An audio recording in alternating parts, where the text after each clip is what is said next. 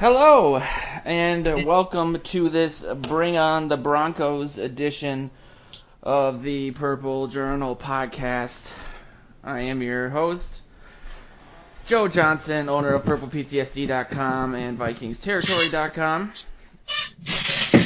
Here with Joe Oberly. Hello. How you doing? I'm all right. Whose chair is that? That's mine. It's been like this since we started doing this, and I've asked you guys, can you hear my chair? And you guys, no. I noticed it at the end of last show. I was going to make a joke, but I think it's time we talked about the reality that that's actually your knee. Oh, no, unfortunately, it gives the impression that I'm really old and I'm in a creaky old rocking chair.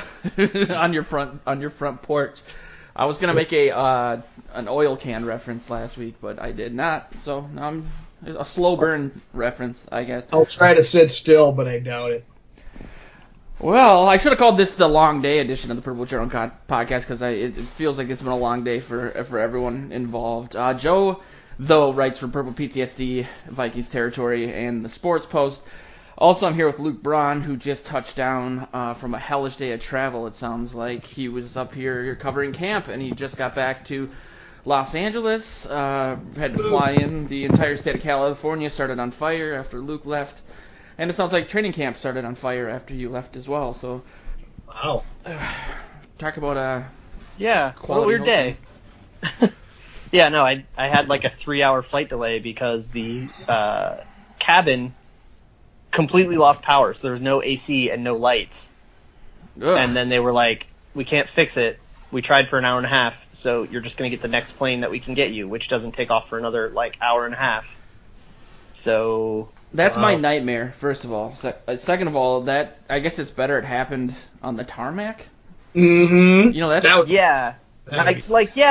it's not anybody's fault, so I can't even be mad at someone, which almost sucks more.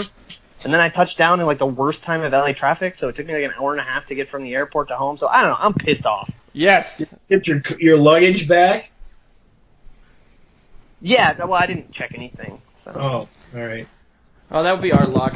With the history of this team and just the way that things go in general, I wouldn't have been surprised. I live about, as you guys can tell from the show, about maybe 10 blocks from the airport. And I could have probably just woken up to the sound of Luke screaming as this plane careened into my backyard. But I'm glad that you survived. Or into the third practice field. Luke also writes for Purple PTSD. He also writes for Vikings Territory, and he is the co-host of the Pocket Protectors podcast. I wanted to get through that as quickly as possible because there's lots of things to talk about. Obviously... There's a game this Saturday night, which just seems crazy to me. I mean, I want to pat everyone on the back here for getting through the off season. That's I'm pretty stoked about that. But we'll get into that later. I wanted to talk about some of the camp stuff since obviously you guys have been out at camp. I'm going to start going back to camp tomorrow, and I guess the biggest news today. There's a couple little tidbits, but the Diggs versus Rhodes and then Diggs versus Sendejo situation. I don't know if you guys witnessed what preceded that or saw the huge touchdown catch that Diggs had over Rhodes or you did. Yeah, it was at practice the other day, and I would have loved to have had instant replay to see the move that Diggs put on Rhodes. I think he just burned him, though. He just went flying by him, and he beat him on a long touchdown pass, and Rhodes was pissed, and he refused to go out after that. He played the rest of the time, which 6 or 7 plays, first with the second team and then with the third team. He just walked it back up to the line, pointed to the line, and said, I'm staying in here. And he was mad, and he was, I don't know if he's mad at Diggs, if he pushed off or something, so I didn't exactly see that, but apparently then today, I talked to one port reporter who talked to Anthony Harris afterwards. He goes, yeah, I just got upset for being burned. That's what people do. They get, they're pretty competitive about it. And it looked yesterday like it was just, competitiveness. And then today it results in the two guys getting sat out of practice because apparently Zimmer said that they didn't make me happy, and I'm not sure what that means. And, so yeah. So there was if Luke, you want to explain too. Like I know that I read that Diggs did come back, but he was mainly in the slot, so he didn't line up opposite of Rhodes, and then he got into it with Sendejo also, and Sendejo had to be held back by the team, is what I read.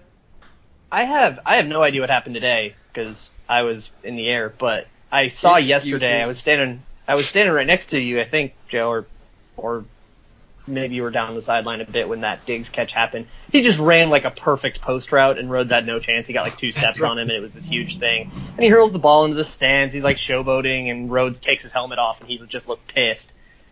And then there was a lot of jawing back and forth, and it sounded like there was more jawing in the walkthrough. So I think Zimmer was just y'all need to cool down and put him in timeout. Wow.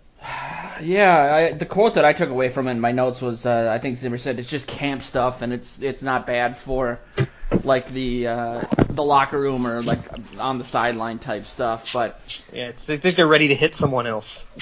Yeah, I forgot about him throwing the ball up in the stands. I can see where you might take offense at that. But the other day when Dalvin Cook dropped a pass that should have been a touchdown, he laid it on his face in the end zone for 20 seconds, and Diggs came up and spiked the ball off his helmet. So that was funny. Dalvin was laughing that whole time. That was clearly in a good jovial time. I think Xavier was just salty because he got his butt handed to him yesterday by Treadwell, by Diggs, by Zylstra. He was just how was the crowd freaking out too?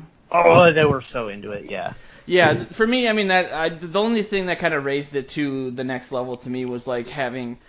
Clearly, I think you hit the nail on the head by saying they need to hit somebody, since Sendejo's been walking around with a hat that says "Make football violent" again all week, and he had to be held back apparently because Diggs said something to him that pissed him off. But that's kind of Sendejo's role on the defense. But yeah, camp stuff. It's interesting to talk about nonetheless. They're not going to get their yayas out on Saturday. They'll play one series and they'll be sitting on the bench. So yeah. Quick. Something else that happened this week that was just out of left field, that it was like a ghost coming back from earlier in the offseason, and made me super thankful that the offseason is at its end, was the Richie Incognito stuff with Zimmer. And from my understanding, it was Zimmer basically in the media saying we had no interest in the guy, please tweet that. And I think he pissed off Incognito, who's clearly not the most balanced individual to begin with. And then he shared some tweets that he had with Sperano, and it was, mainly his apology was about, how much he likes Sperano and stuff like that. And he tried to walk it back a little bit, but I wanted your guys' thoughts on that. I didn't get from the sense from Incognito's text. It seemed like Sperano was just kind of placating him a little bit. He's just like, I love you, I'll see you. You never know what's going to happen. It wasn't like he was making any promises. He was just saying yeah, I would love to work with you, but it's not going to work, but I'm trying, sort of thing. I don't know if there's anything else to read into that at all. Have you ever been in a conversation at a party with someone you don't know and don't really care enough about to get to know, but they won't stop talking to you and you can't get out of that conversation? I feel like that's what those texts were. Yeah. Yeah, when they apparently had a relationship down in Miami, of course, but and everybody that was worked under Sperano loved him. So, I mean, they obviously have a relationship. And, yeah, that you guys have probably nailed it on the head. I just think I do believe that Incognito was full tilt bozo, basically, and he needs probably to stay out of the game. But, to go off on Zimmer like that is kind of funny. But, there it is. Of all 32 head coaches, Mike Zimmer is probably top 3 least likely to lie about anything. Yeah. Exactly. That's the way I felt about it. I'm going to go with Zimmer on this one. I mean, there probably wasn't any interest. Did they communicate? Sure. And did Richie Incognito read into something more than he thought? Yeah, probably so. Yeah, and I mean, there were the rumors earlier, but even without what's happened with him in this offseason and getting a 72-hour psychiatric hold, he had pretty checkered history in the NFL anyway, so he would have been a controversial pickup to begin with. That made me wonder, though, because we touched on this last week with the Remmers injury, and I didn't put this in the agenda, but I was wondering what you guys saw this past week from the offensive line. Like, Luke, if you've sort of, I know we've talked about like scheming and stuff, but obviously there's two new head coaches covering the offensive line. I was wondering if you guys, just in general, what your thoughts were on the line, if you noticed any, not necessarily hiccups, but perhaps differences from like what we had established on the show, what we thought they might be doing at the offensive line, or just thoughts in general there. Yeah, I don't remember if I talked about the two coaches in too much depth last week, but I love their energy. They really do seem like they're kind of trying to pick up where Sperano left off energy-wise. They're, very loud, very boisterous, they loudly praise and they loudly criticize, and it's all about just keeping it up. I think I stand by my take that I don't think if Brian O'Neill wasn't a second-round draft pick, I don't think he'd make an NFL team right now. Wow. He's just not ready to play. He's just not ready to play. And I think that there's a lot of, he can improve very quickly because of his upside and potential, but right now he's not nearly remotely ready to play. If he had to go in because of, injury or whatever, we should be putting Remmers at tackle, we should be putting Compton at tackle, we should be putting, going to free agency before we put Brian O'Neill on the field this year. He's just not ready. Can you expound on that a little bit and say what you've seen that makes you feel that way? I mean, I've seen him in person, and I was talking to a potential sponsor for the website yesterday, and my take was just physically from seeing him the rookie day that I was there, was that he still body-wise he looked like a tight end that maybe just let himself go a little bit. He still doesn't have the physical side that he will need. Is it beyond that? He loses the hand battle a lot, and he goes up against Daniil Hunter all the time, right? And they're really throwing the best pass rushers at him, I think, to drill him. But he loses to Daniil Hunter all the time, and he gets bull rushed back, not only because he's at just such a huge size disadvantage, weight disadvantage, but he also loses the hand battle, which means Daniil Hunter's getting leverage. And when you get leverage on someone, you can beat somebody that has 50 pounds on you. He loses to just about every move that somebody throws at him. In the drills, he's very, and you can hear the coaches are all over him. They're they sound surprised when he does a drill well. His footwork, he never steps in the right places. He just has a lot to learn, and we knew that about him coming out of the draft. And he's an upside, project pick, which has its pros and cons and stuff, but he's exactly as raw as we thought he was going to be. But elsewhere on the line, I don't know if one of you guys were there today, you could see it, but I guess Aviante Collins played some guard today and looked really good. I heard that coming out of camp. Cornelius Edison looks rosterable but not startable, and I think Tom Compton and Danny Isidora look like they could probably fill in for a game or two and be fine if Elfline is a little slower than we think coming back. And I was watching. It sounds like Elfline and Remmers are going to be back by week 1, and Easton's the only question mark there. I was watching the guards, and I thought they did all right. And Kirk Cousins had high praise for Edison. Of course, that's what he has high praise for everybody. But so, I think they're going to be okay. It's really going to be fun to watch on Sunday. Just, how much, when these guys are out there, how much time they get, because they're probably going to have to play with the twos and further for some of them, because their depth is so shallow right now. But, it hopefully, what's his name? Brian O'Neill gets some time on Saturday and gets to see another good defensive line coming his way, and really get to see what Luke has been talking about. I haven't spent that much time following him per se, so I take your word on that. It's interesting to hear that Collins is getting some start. I didn't notice that today, but I think they're going to be serviceable, but see how it goes. And is there somebody moving a microphone around? I hear that too. I don't know where that's coming from. It's not from my end though. I know. I think it's from my end. When in doubt, guess it's aliens. Yeah, when in doubt, blame Joe. That's my new philosophy.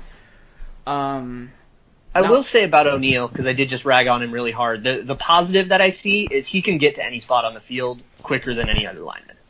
And that's kind of what they were looking for with him. That's what attracted him to them. That is bearing out.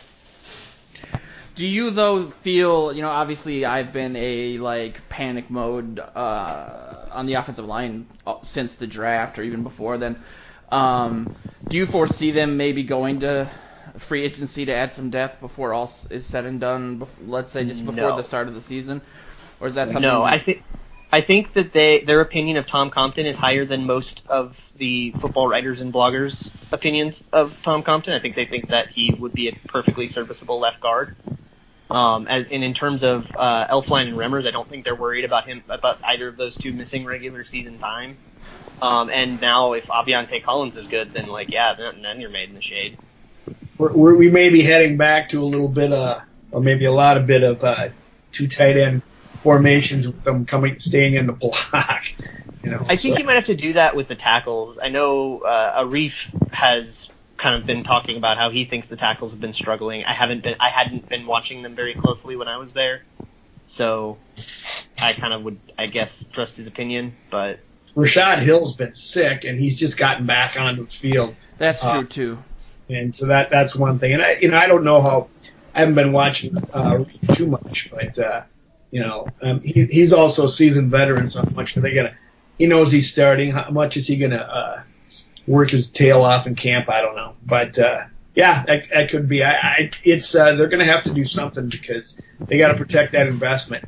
And Cousins says all the right things, but he's gonna be.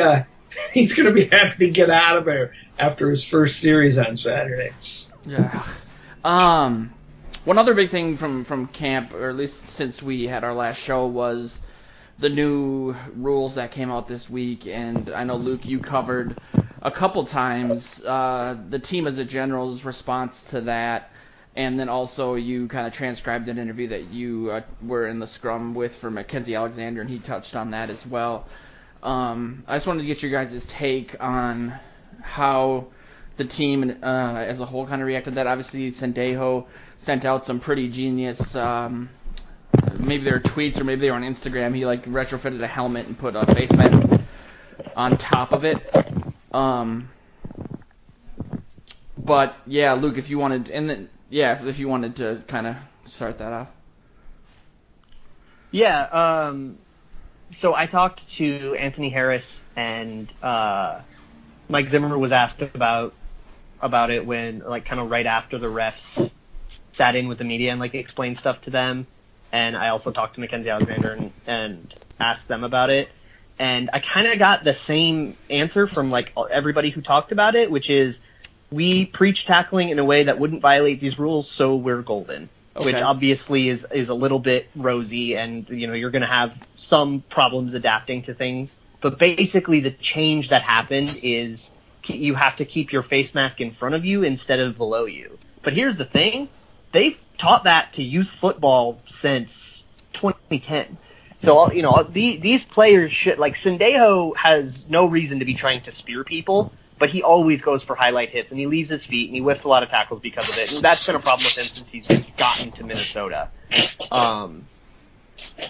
But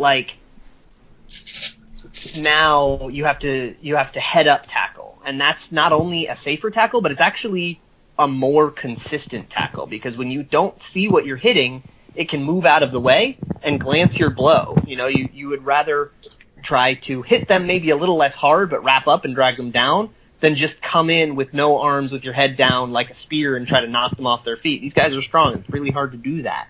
So I think, some of the defensive players might be a little bit salty that they can't light people up anymore.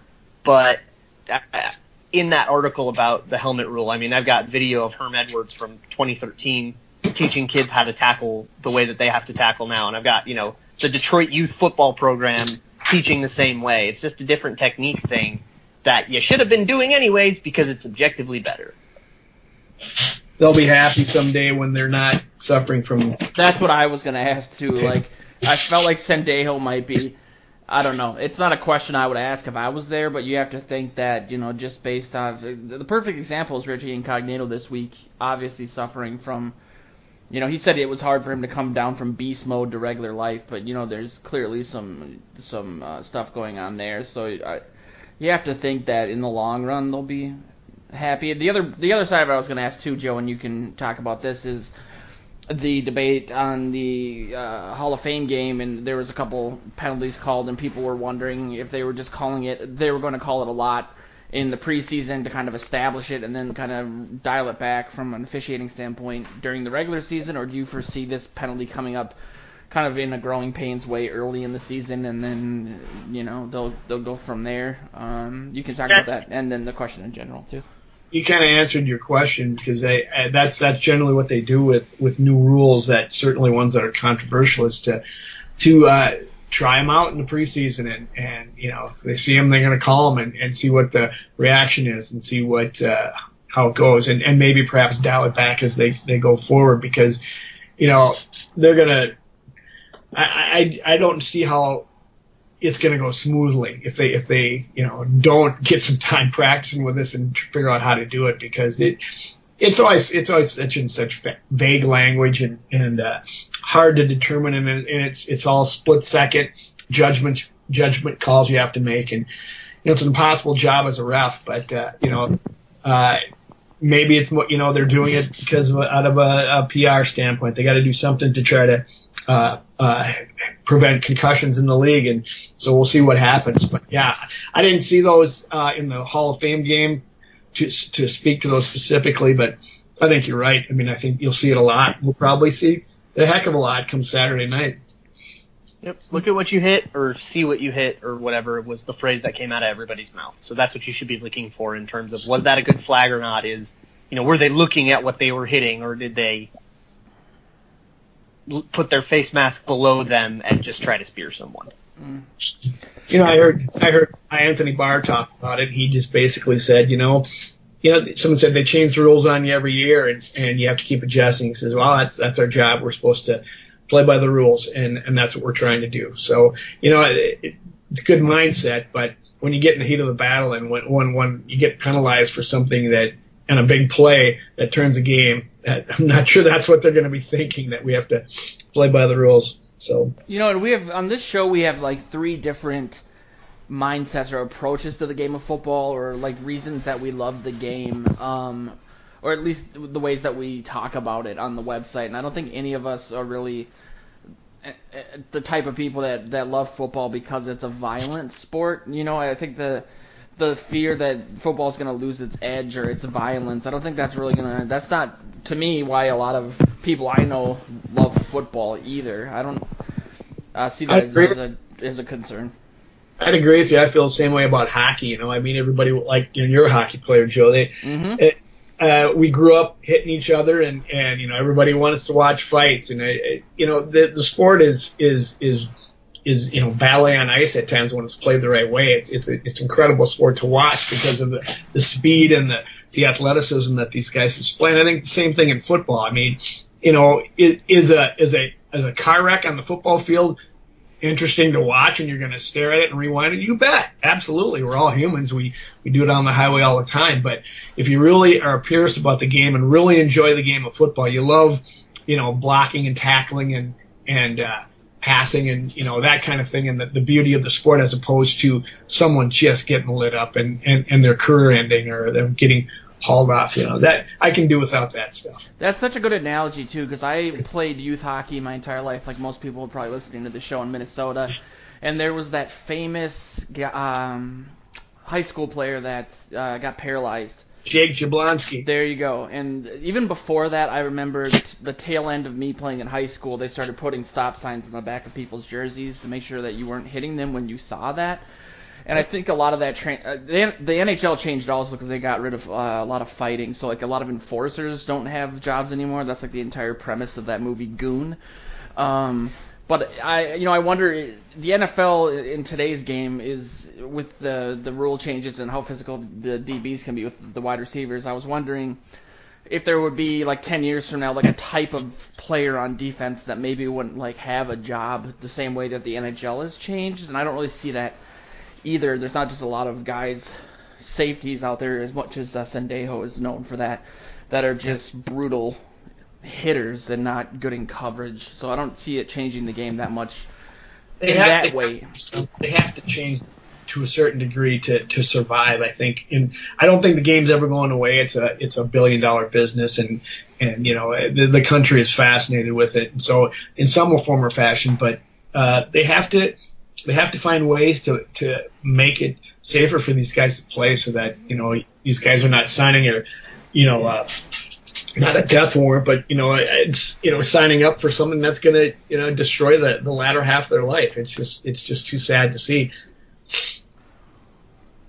Definitely, and I think to me the final straw was the Hernandez stuff, like his autopsy and the fact that he was 28 years old, and he had the brain of like somebody in their 90s. Like that's just he only played in the league for a couple of years and he was a tight end. It's a little too much. But back to the game of football, I wanted to. We did, or at least you guys did, a couple pieces this week about some of the battles at different positions, and I first wanted to kind of delve into that with Luke's piece on Mackenzie Alexander, because I felt like from reading that obviously he hasn't been that open to the media, and I don't know what his motivations were that day. If you wanted to kind of talk about, he just wanted to get all of his media stuff done weird in one thing, or yeah. So he was just I was at camp for 8 days, and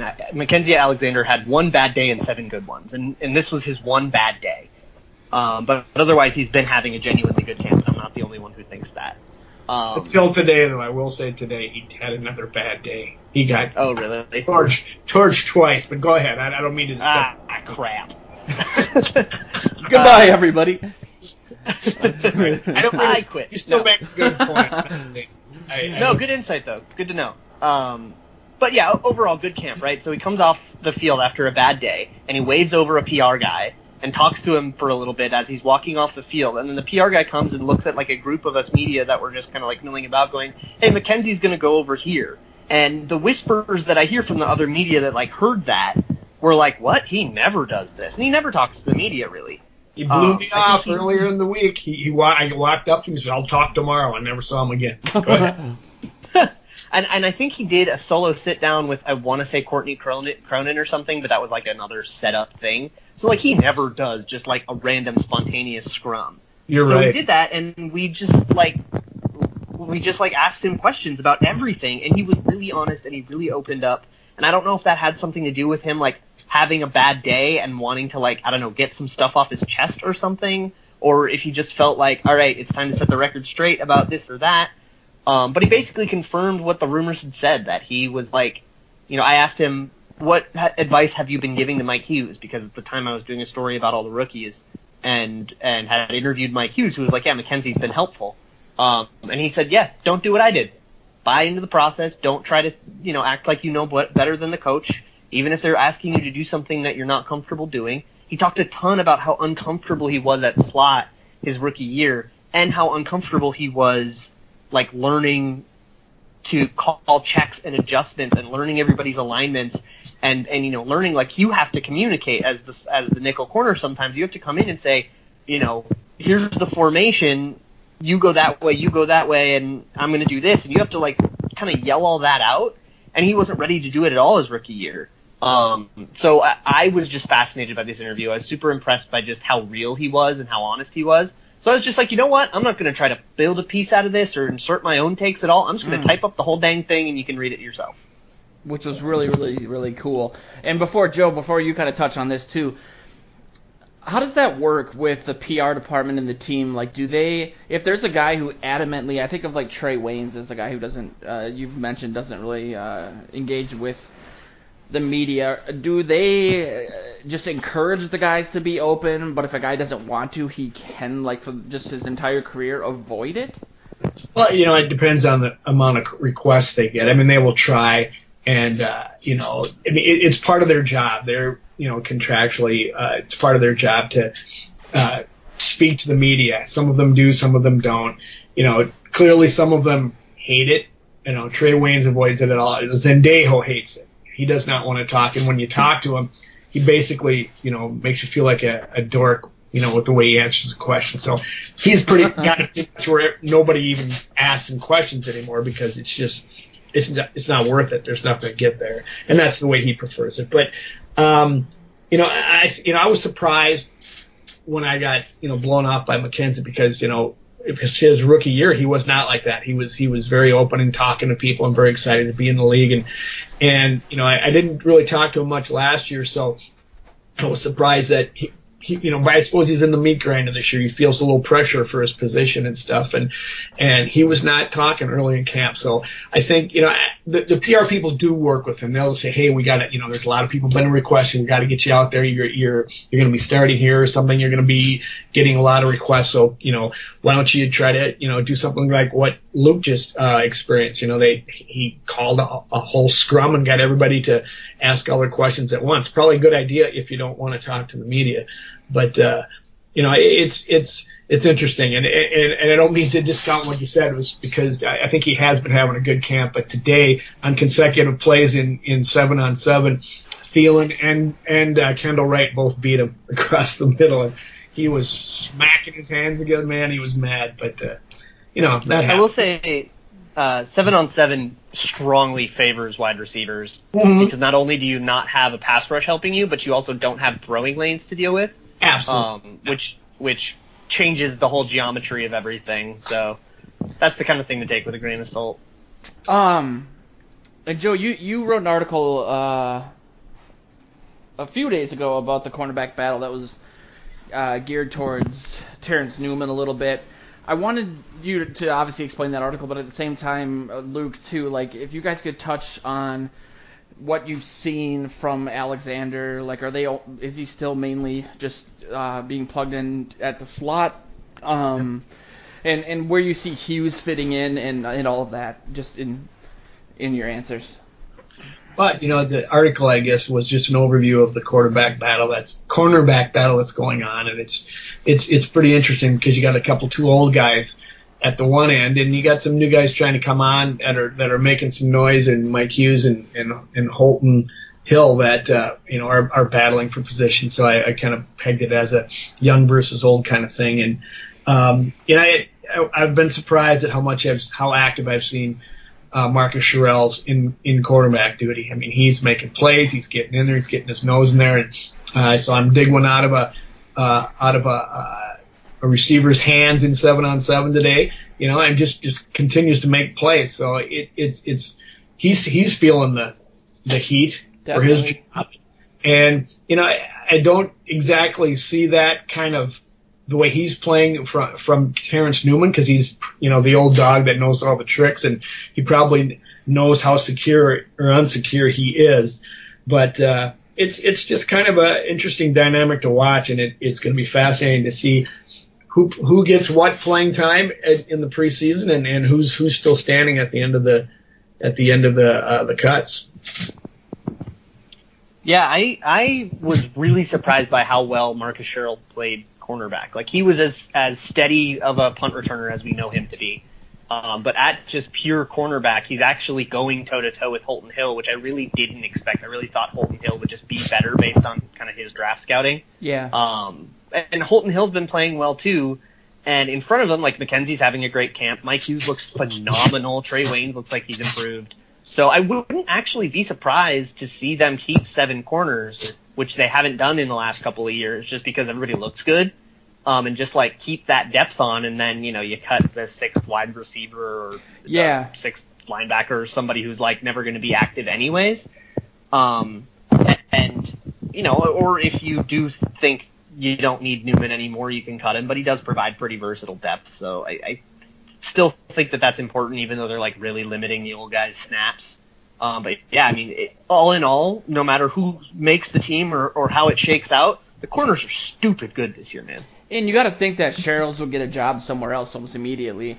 And then you look at Hill. Obviously, he's got a ton of upside, and he's younger, so there's that. I've always thought that. I've said this before, but I always thought that Sherrills, if he was 6 feet tall, would be a starter in this league. He's always in great position. He just seems to be an inch or two short when they throw it over the top of his head. But yeah, it's interesting to think about how that's going to work, how that will impact the wideout battle. I know, Joe, you talked about that as well. And there's some new takes on Kendall Wright, too, that, Luke, you picked up on today. So if you wanted to we've talked about the wide receivers every week, and I always got to get that in there. Well, go ahead.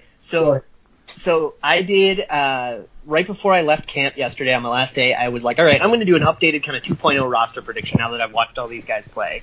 And I was so tempted to predict Kendall Wright getting cut because, honestly, he has not looked that good. But he's coming in with such good priors. He's the Bears, leading receiver. So I was like, okay, maybe that's too hot of a take. And then I kind of, in talking to some of the other people and listening to some of the other people that have been there who also are kind of like, I don't know if Kendall makes this team. He hasn't splashed. He's struggled to get separation. And I think working against him is a lack of versatility. They can't line him up outside at all. And he can't play special teams at all. So that makes it really hard to justify a roster spot on a guy who's going to be your third option at slot receiver, because you're never going to put him in at slot over Diggs or Thielen, right? Yeah. And maybe even your fourth option because he's getting outplayed by Tavares King, who can play slot, and can't do anything else. So why would you put that guy on the roster? I don't know. I get Michael Griffin vibes. Maybe that's a hot take. I know I'm not the only person who has it. A lot of the other beat writers kind of are watching him play, and it's not the same thing. But I think he kind of is putting himself in a position where he's got to do something in a preseason game, or he might find himself out on the street. And it did feel that way earlier in the offseason when there was news coming out about Treadwell all the time, and it was sort of not being there, but someone who follows the wide receivers, a lot of it was where is Kendall Wright, I guess? Treadwell has sustained it. There's no question about it. I mean, even again today, he looks to me like a different player than I've watched in camps and at Winter Park the past 2 years. He's making the plays and he's getting a little separation. He's running better routes. He's catching everything, and the confidence just exudes from him. So I don't know if that comes from 3 years and figuring it out, what's his name? Kirk Cousins talked about him today, and he was pretty high on him, because he's the guy that's been feeding him the ball constantly all spring and summer. So, he's for real. So, that's maybe one of the reasons that you could see Kendall right now making the team, because he's going to get a lot of playing time if he can take what he's doing on the field right now to the field, throughout the preseason and the regular season. You're going to see a lot of him. How are they using Treadwell? Where are they lining him up? Are they doing a lot of just 10-yard button hooks where he jumps up for the ball, that what he's supposedly good at coming out of college, or is he looking more versatile than that? He's been beating people down the sideline, including Xavier Rhodes. They put him. He's receiver number 3, and it's not necessarily slot or anything like that. He's on the outside, and he's working against the cornerbacks, and he's holding his own. I saw him beat Trey Waynes, although Waynes turned around and asked for a flag, and I was talking to somebody who saw it and said that it was a justified push-off. That says that Treadwell is improving, because that's a savvy move too. So I think he's been using them all over. I will say that a lot of people are like, oh, it's just camp hype, which is a very fair point, because a lot of times somebody will get hyped up in camp and then you won't see it at all, and you'll be like, what was all that about? But I think a lot of times when you see people hyped up in camp and it's bad, it's because you're looking at results. There was a day where Treadwell caught 4 touchdowns in a 7-on-7 red zone drill. Well, that's, like I said earlier, that's 7-on-7, and it super, super heavily favors the receivers, so that's not really the best result. Yeah. But I think, like you said, Joe, the fact that he's kept it up, the sustainability of it, and also, we're not talking about, he caught a ball, he caught this many catches in a drill or whatever. What I saw that I think surprised me the most, that I really wasn't expecting to see watching Treadwell, was separation. He was separating from everybody on every route. He was running flies, comebacks, posts, outs, ins, and he was getting a step on all of them. That's amazing to me, and I think I only saw him have 1 or 2 drops, and they were on that day that all the wide receivers had a drop, and Diggs made him do push-ups. I haven't seen him have a bad day yet. And your point about 7-on-7 is well taken, but I will say this: the defense knows these routes too. They know the plays that are coming. So it's a little more even than you might be giving it credit for, because these guys have been going at it, and that's what Kirk Cousins was saying today. He was just describing how difficult it is going against this defense when they know. He says, I'll go up there and make a line, and this defense checks off so quickly that he says now we're screwed because you can't check back. There's no time to check back out of it, and the defense knows exactly what the offense is doing. But looking at Treadwell, like I did a pretty big dive on him before the draft, and then I've been talking about him for years, and been using a lot of stuff from mockdraftables.com, and I think I was going to ask you guys, and Luke, you explained it, so I was just going to bring it up, but I think the knock on him was that like his overall speed was slow, but that he was really like one of the quicker guys off the line. I wasn't sure in you seeing him gain separation if that was happening right away in his routes, or if he was doing something secondarily to that to get to that point. Well, in his rookie year, his releases off the line were straight trash. He could not get off the line. He had like one move to get off the line, and every corner he played against knew it and knew how to counter it. So he could never like get open in the first place. Okay. He's actually had a few interesting reps against Trey Waynes where his release is way better now. Like it is improved by leaps and bounds. But against Waynes, where he'll like win off the line of scrimmage and get a step, but it'll be, a fly route, supposed to be a deep ball, and he just doesn't have the top speed, and Waynes has this like crazy closing speed, so he can catch up, and then the separation is gone. Yeah. And I think that's something that I think everybody knew would be like a problem with him. But they kind of thought, okay, but at least he can release off the line, or he's like, this big, strong guy, can beat press coverage. And that didn't bear out at all his rookie year. He was like okay at it last year. It's like improving but not good at it last year. And he looks like he's actually able to get off the line of scrimmage, and he's actually been running routes with like the kind of same subtle nuances that we praise in Thielen and Diggs all the time. And you can tell he's kind of started to work a little bit of that influence into his game. So I saw your like second roster prediction on your Twitter, which is, if people want to follow, you're doing a lot of great stuff there at Luke Braun NFL. Who were the receivers that you, I guess, ended up putting there? And then, like, if you were to do it now based on, almost putting Kendall right there, who would have gotten that spot instead of him, or would they have lost that spot to the corners? I'm kind of segueing into, I wanted to ask you what you saw from King also. But you can. Yeah, I do have King. He looked pretty good, I think. He looked like a rosterable wide receiver. Definitely not a starter, but he looked like a guy who could be a good depth piece. He can play both outside and in the slot, which they're going to value. So I had Diggs, Thielen, Treadwell, King, Zylstra, and then regrettably Kendall Wright. And if I did end up cutting Kendall Wright, I think I would just have them keep 3 quarterbacks, and because I have them keeping 2 quarterbacks right now, or I'd have them keep Conklin as an extra tight end or maybe an extra lineman or something like that. So let's talk about Zylstra a little bit, since he was my camp crush initially. We haven't really talked about him a lot, so he'll be on the team. He will be. I think so. Yeah. He looks uncuttable right now. Is that a special teams thing too, or just in regards to his ability as a receiver?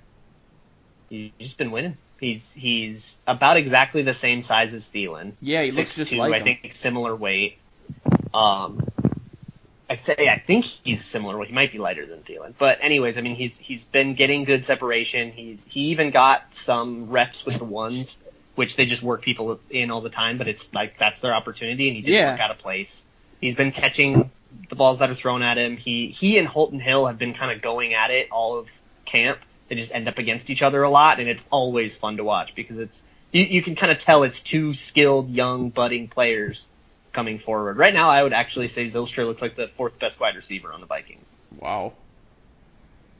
Can't argue with it. He looks strong. He looks confident, and he's played up in the CFL and had success up there, and that's stuff you just see coming out of him, because he'll be doing things that someone else might try. I've seen him do just a couple little goofy moves that I thought a rookie doesn't usually do unless they're really cocky. And I think he's just confident. He knows what he's doing, and I agree. I think he'll be on the team. I mean, and they probably cannot risk putting him on the practice squad like they did with Mobile, because someone pick him up and put him on their roster. I think he's that good. Mobo.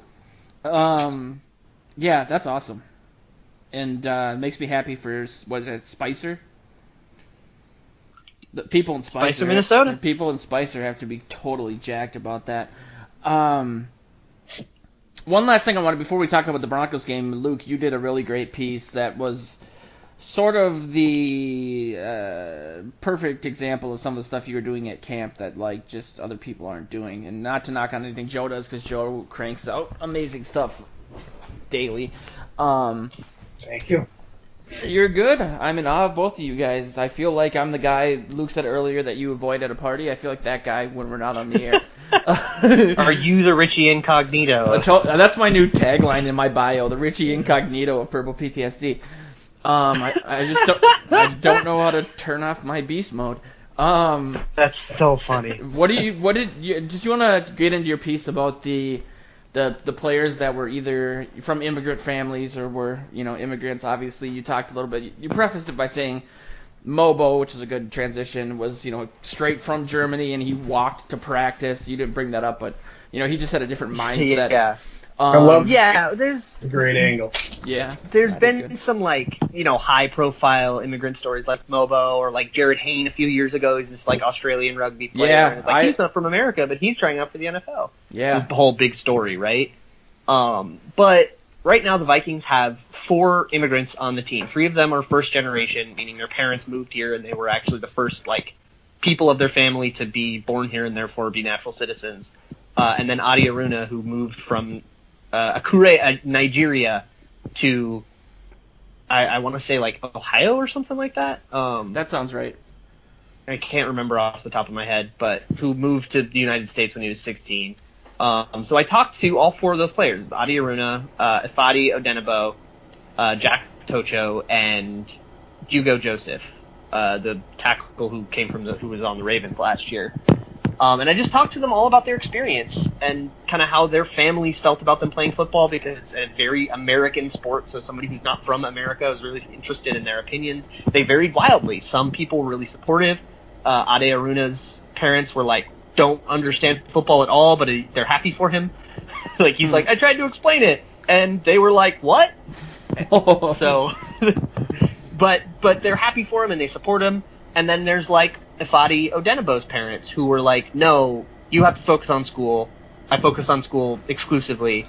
And it's hilarious because Odenigbo doesn't have a Nigerian accent, but can turn one right on when he's making fun of his dad or making fun of Ade Aruna, which is hilarious. Oh, didn't he say Aruna was he looked at Aruna like his dad at 22 years old or something like that? Yeah, he was the way he put it was, Ade reasons the way my dad reasons. There you go. So you can kind of I think it's really cute. Their friendship is adorable because they just rag on each other. But yeah, his parents were no, you have to focus on school. And then he said, okay, I'll make the honor roll my freshman year. That's the deal. I make the honor roll my freshman year and you let me play football sophomore year. And that's exactly what happened. So he started playing football his sophomore year, got a scholarship to Northwestern, at which point his parents were like, oh, shoot, you knew what you were doing. And then, the rest is history. Jack Tocho grew up in a Kenyan household, but his dad was a diehard Panthers fan, so they grew up in a Panthers household, which is cute. And they're super supportive, and Hugo Joseph, he said his family was scared, but supportive. Obviously worried about the violence of the sport and stuff, but supportive. And he grew up in Orlando, but in a Haitian family. Okay.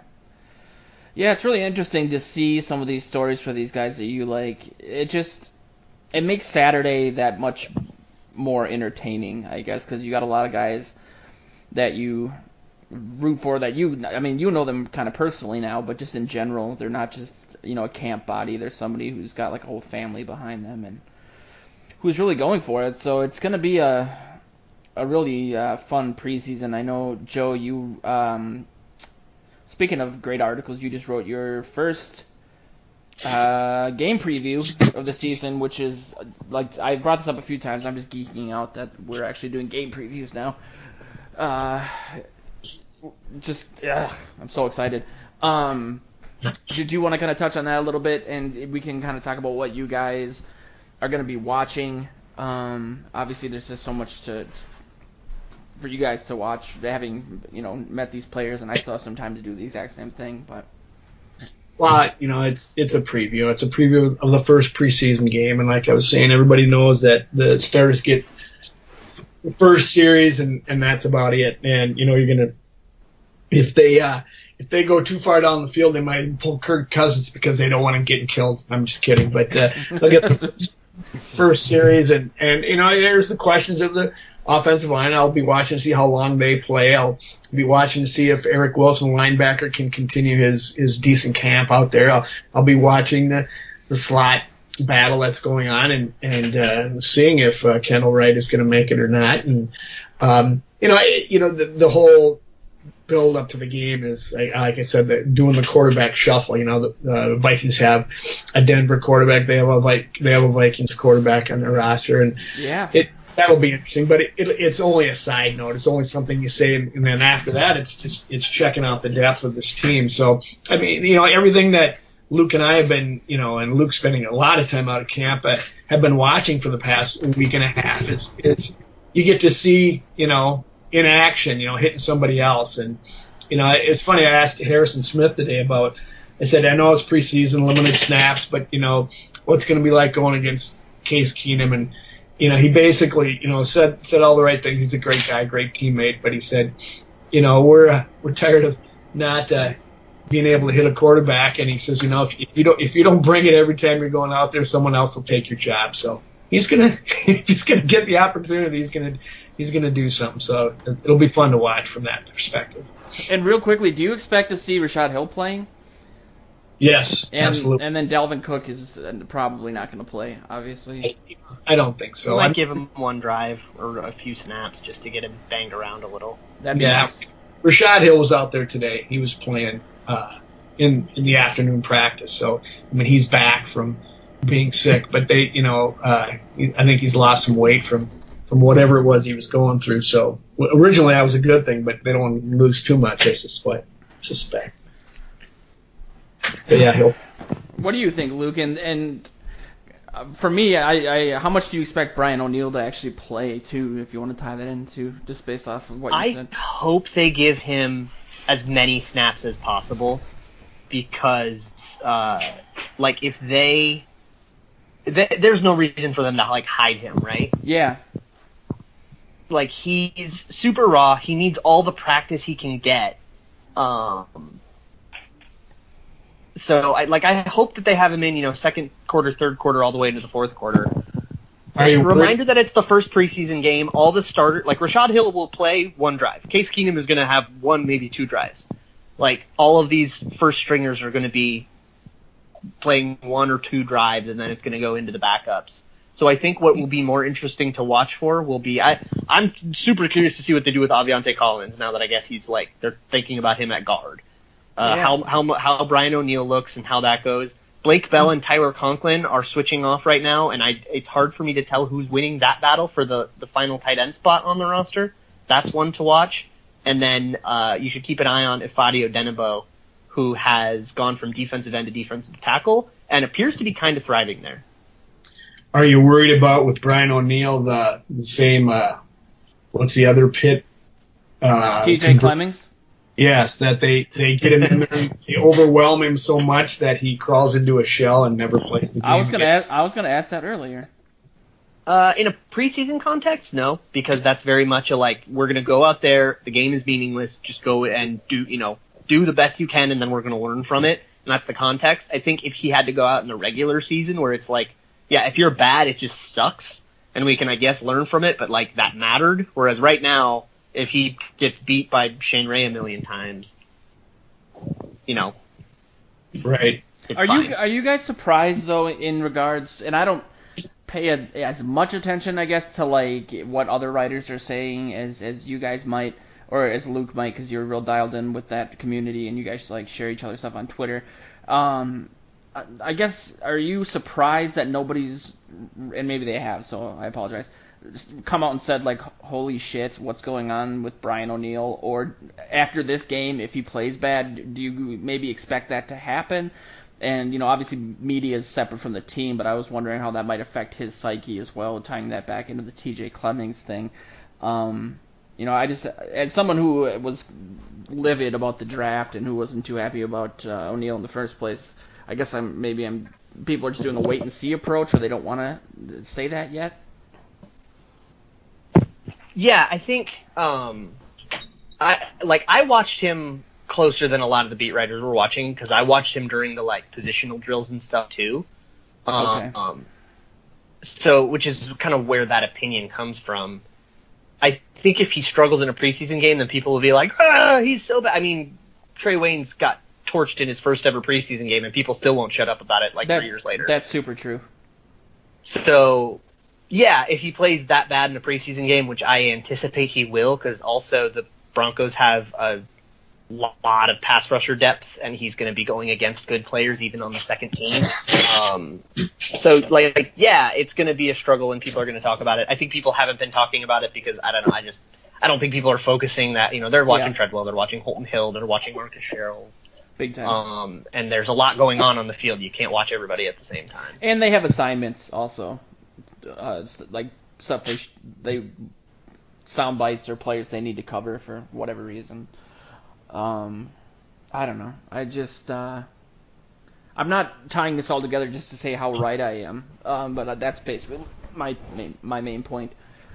I'm only half kidding. It'll be interesting to see. It's the disconcerting is the word I'm looking for. I think a lot of people are really worried about the O-line right now, and it does look bad when 3 starters are out, but those 3 starters, I think Easton's the only one that's going to miss regular season time, and I'm still completely guessing with Easton. We actually don't know anything about. I was going to say, that's that would have been news to me, I guess.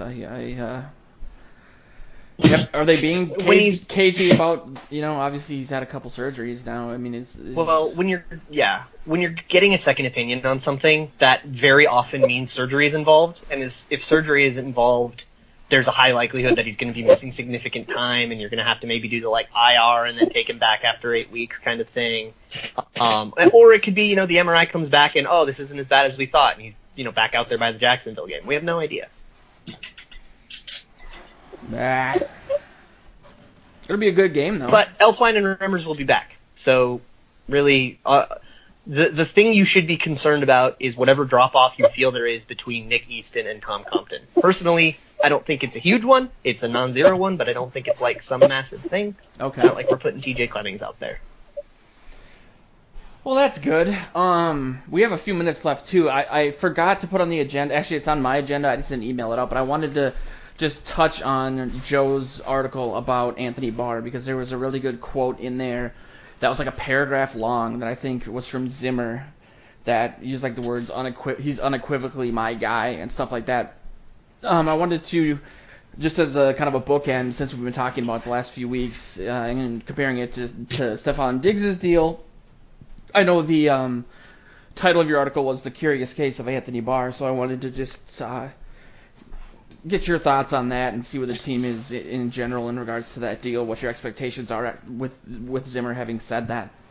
Expectations, I don't have any with anything these guys say in public compared to what's going on. I believe Barr was not at practice this afternoon again, so I don't know what that was about. But it's strange that this is all going on. All these before the offseason started and they started signing people, they talked about Barr being maybe the odd man out of all these people that needed to be extended, and it hasn't happened yet. And then he has the tweak and misses practice, and then there's this erroneous rumor that the Vikings were looking to trade him, that Zimmer calls a press conference for just to talk about, which never happens, and him being the subject is hit on Aaron Rodgers when they talked about the referees came to town, the officials to talk about that. So it's just been a lot of it going on in his orbit, and this is a guy who doesn't avoid the media scrutiny, but he really doesn't go anywhere to seek it out. He does well, but he just does. You can tell he's not in love with it. So suddenly he was just in this vortex of everything going on for a few days there, it seemed bizarre. I guess I like I said at the article, I said, they could clear up a lot of the questions that are surrounding by giving the guy a contract. And someone said, I heard someone say, well, maybe he's looking for too much, and that's why they can't settle on something. I don't know if that was you, Luke, or somebody else. I have a crackpot theory. Yeah, there's speculation that because he's been doing work with the pass rushers, that he's then going to ask for like pass rush-esque money, which I guess would make sense, but it probably wouldn't go anywhere. I have a theory that they might be waiting till roster cuts, because if they do cut Kendall Wright, like some people are saying, that saves them $1.5 million that would then roll over in next year and would make it a little easier. So they might be waiting to see how that works out. It's also very clearly a kind of a meticulous, like a methodical process, the way that they do contract extensions. And there's a lot of stuff to hammer out. There's incentives, there's guarantees, there's kind of the random minutia of what voids those guarantees, or what happens if this happens, what do we do if this happens? Is there a trade clause? There's a lot of that stuff to hammer out. So I think the fact that the Barr contract is taking a long time shouldn't be a red flag to anybody, really. Here's a question for both of you. If they would have signed Michael Kendricks, do you think they would have let Barr go? Eventually. Not this year. Okay. Not this year. Because I actually think it was too late. I think his $12 million was fully guaranteed already, so why? Yeah. But I think then they just wouldn't have extended him and then extended Michael Kendricks instead. Or had the two kind of both play all year and then make it, extend one or the other. And we talked about that, and you said you didn't think there was much drop off, if at all, between the two guys, if I recall. No, Michael Kendricks is a really good player. Yeah, that would have been nice. Would have been dope. Yeah, so lots to look forward to. I did want to plug the fact that the guys on Vikings territory are going to be doing their first post-game show on Saturday night. We are bringing back the About the Labor podcast, which had a pretty big following.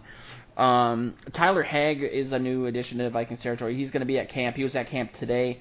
He'll be at camp for the next few days. I'm going to be out there also with him, and then hopefully we'll be able to keep up some of the quality that Luke was churning out when he was there and covering a lot of the stuff too. Joe obviously is still there.